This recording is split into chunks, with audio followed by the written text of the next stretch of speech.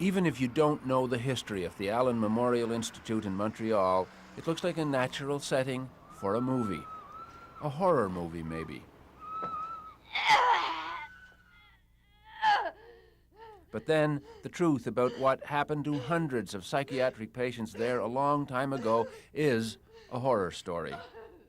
Okay, so we're en route, guys. A piece of Leon. And now it has become a movie, a dramatized account of a bleak chapter in the history of Canadian psychiatry, produced by a former Fifth Estate documentary maker, Bernard Zuckerman. Literally could not make change for $1. The central character in the TV movie is a world-renowned psychiatrist at the Allen in the early 60s. His name was Dr. Ewan Cameron. Dr. Cameron.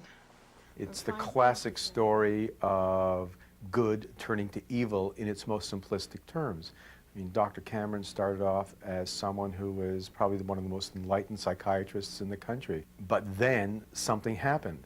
And whatever happened, suddenly here is this enlightened doctor, this noble doctor, who begins doing more and more and more bizarre experiments on his patients to the point where he is destroying the minds of hundreds of people. These are the days and hours are the occasions. Inspired by the exuberant post-war optimism in technology, Cameron thought he'd achieved a major scientific breakthrough: how to repair a damaged human mind. The media rejoiced, even coined a phrase which would become a tragically silly oxymoron: beneficial brainwashing. Linda MacDonald was a young mother with 5 children under the age of 5 when she started feeling low. Her family doctor knew just the man to make her better. I was tired, I was depressed, my back was hurting. And so he said to the children's father, why don't you go to Montreal and visit this Dr. Ewan Cameron, this famous man who has all of these accolades, and have an assessment. So we went. My medical file even says that I took my guitar with me. And that was the end of my life.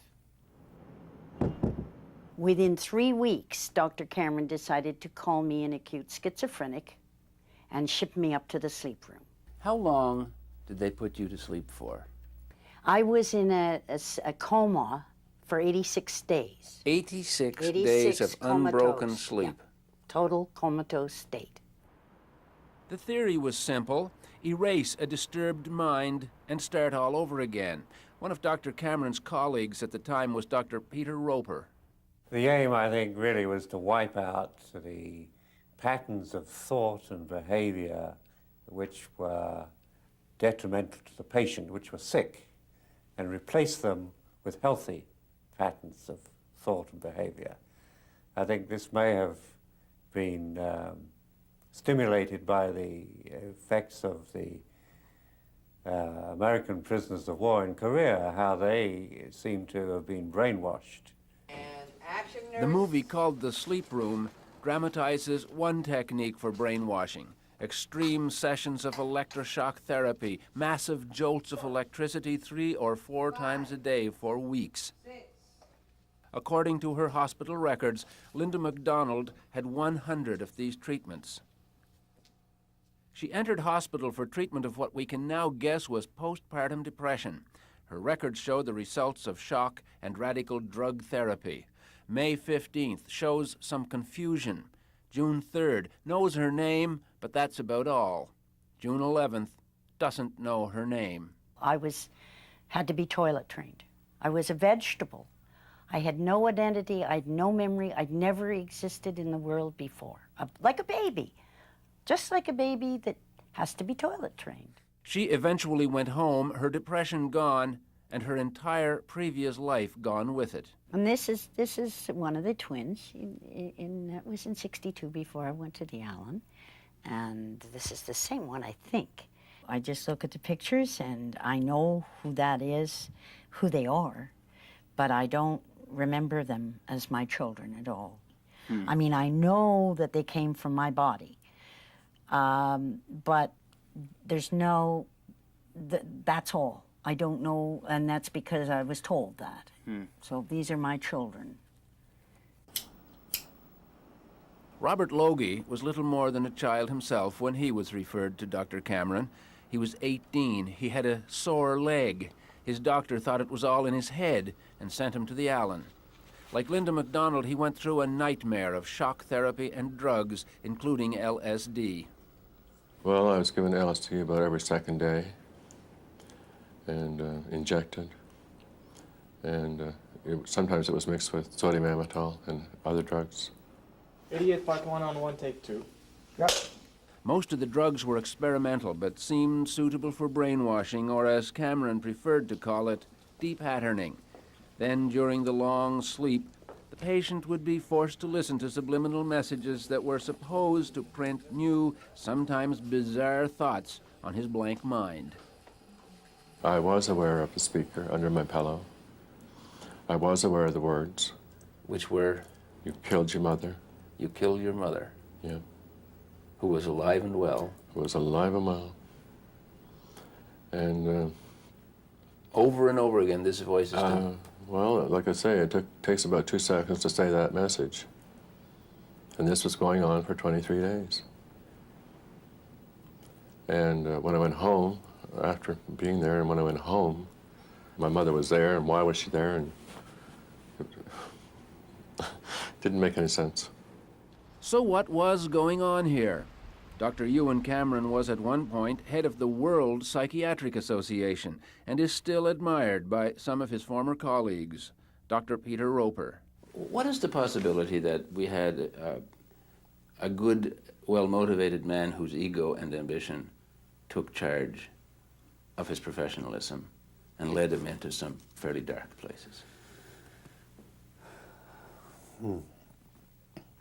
Well, I would put that chance as pretty slight.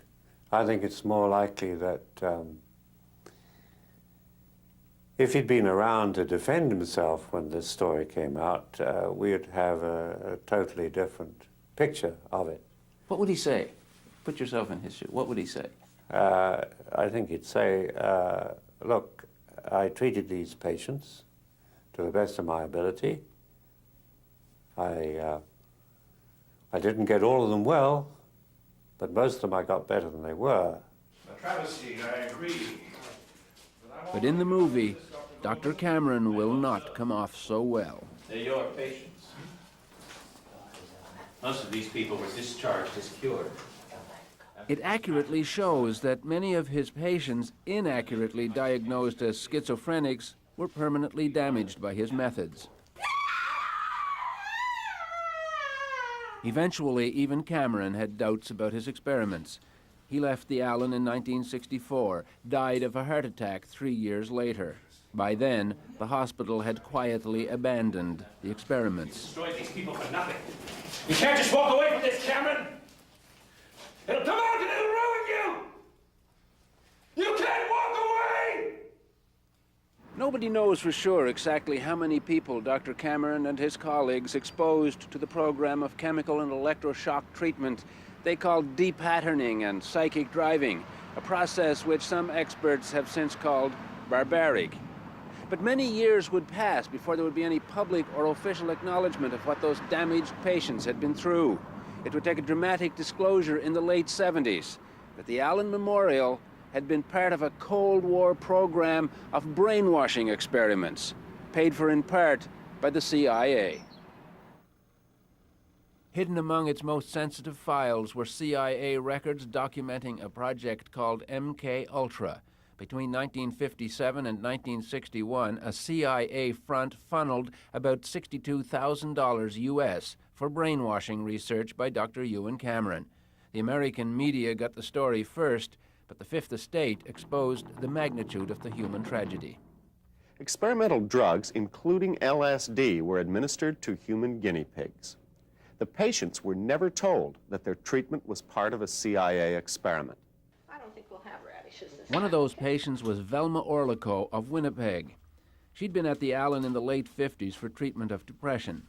She happened to be married to a member of Parliament, David Orlico of the NDP. She'd considered Dr. Cameron a near saint.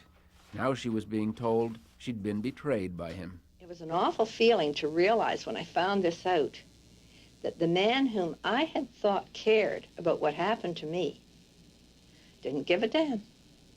I was a fly, just a fly. First, she felt hurt. Then she got angry and decided to sue one of the most powerful institutions in the world, the CIA. As a matter of fact, when she said she wanted to sue the CIA, I said, "You're crazy. How can a hick from Winnipeg sue the CIA?" But she did, along with 8 other former patients, a massive lawsuit that would consume many years and become an obsession for a distinguished American civil liberties lawyer named Joseph Rao. Cameron, all he did was what the CIA was in effect asking him to do, and what he said he was going to do, and he did it. Rao and a young assistant named James Turner knew they were up against a formidable opponent in the CIA, but they thought the odds would be evened a bit by help from a natural ally. They were in for a disappointment. But we expected to have a very potent ally in the form of the Canadian government. And unfortunately, instead of helping their own citizens because the Canadian government was worried about its possible liability, the Mulroney government in effect stabbed its citizens in the back at every turn in the litigation. Ottawa actually helped suppress a key piece of information, evidence that CIA officials at the U.S. Embassy had actually apologized to the Canadian government when the CIA experiments were first revealed. Jim Turner is still flabbergasted. You got to understand how important these apologies and expressions of regret were. This is an admission. This is legally admissible in court because it is one of the parties to the litigation saying, "I did something wrong and I'm sorry I did it." That is prima facie evidence of negligence and of wrongdoing that goes a long, long way to bringing the case to a timely conclusion instead of the protracted 10 years of litigation that we had. And action. Mr. Mulroney.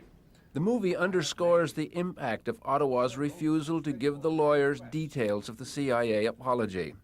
The lawyers eventually upped the ante on the Fifth Estate. And action. Tonight on the Fifth Estate, startling revelations about the activities of the CIA in Canada.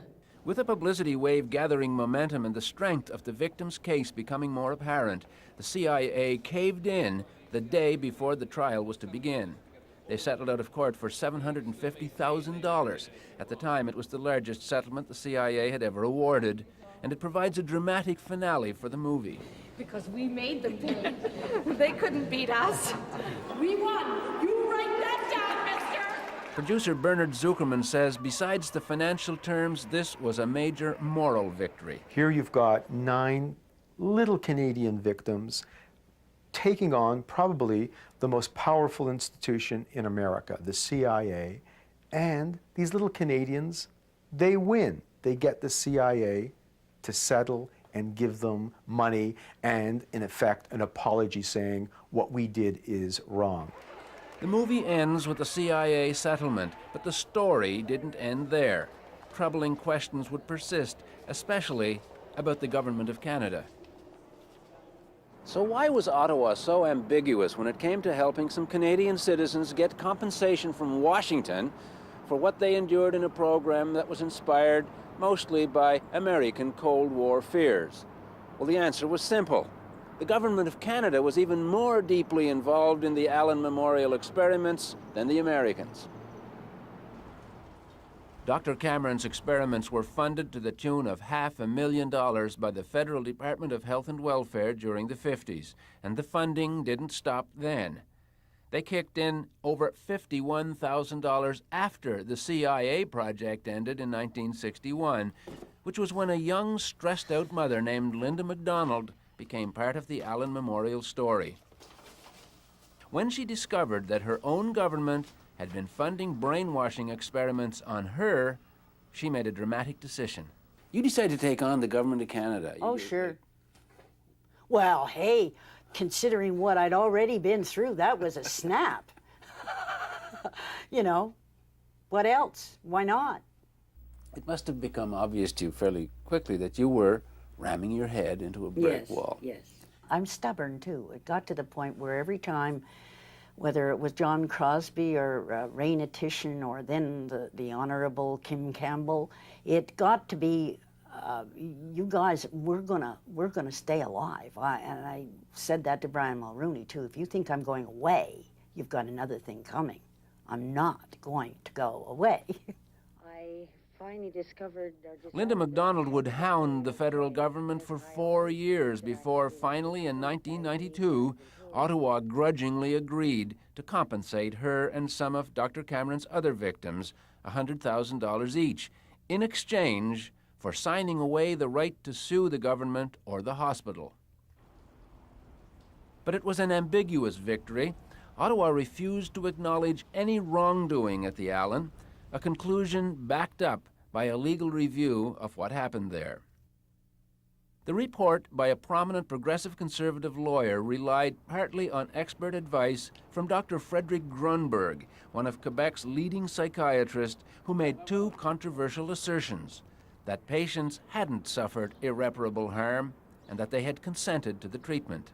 Well, what I meant is that the patients who were admitted at the Allen Memorial Institute were patients who went in voluntarily.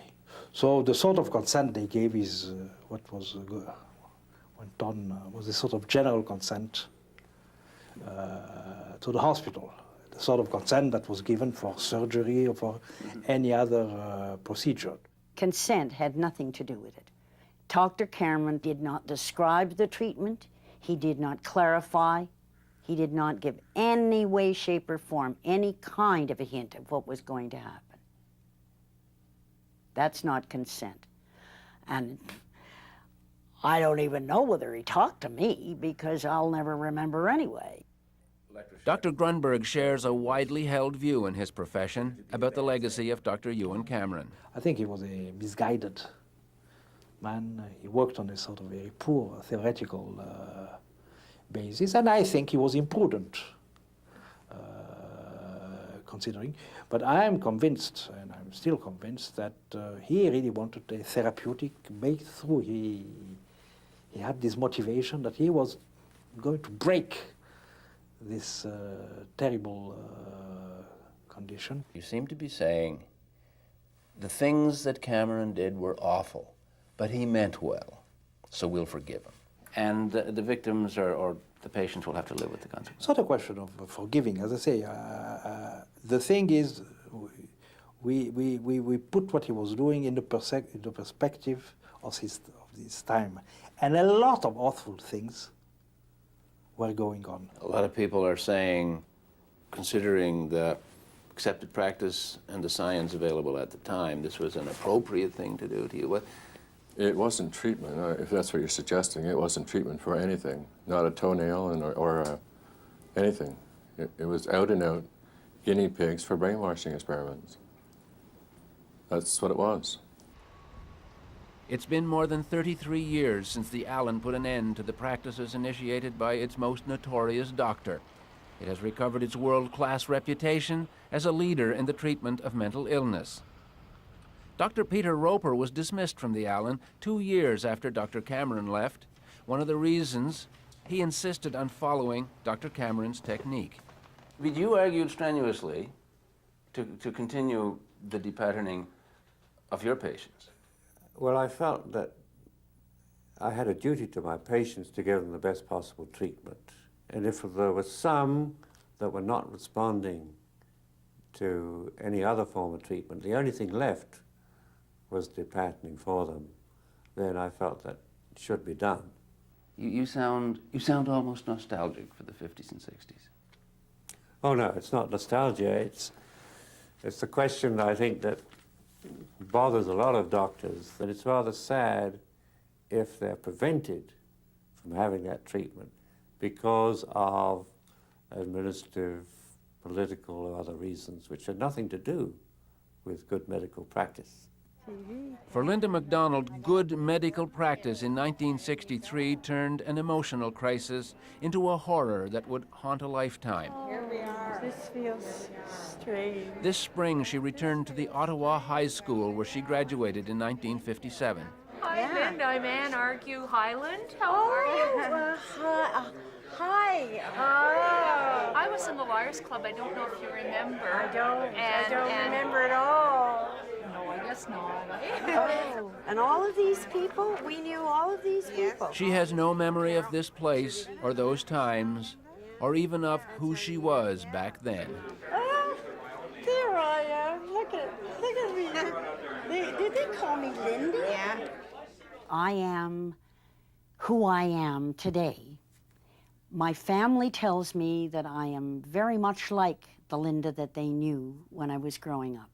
Gregarious, always talking, laughing, singing, happy, positive person. I have no memory of that person. All I'm grateful for is that Cameron might have been able to wipe a memory, but he couldn't wipe a spirit.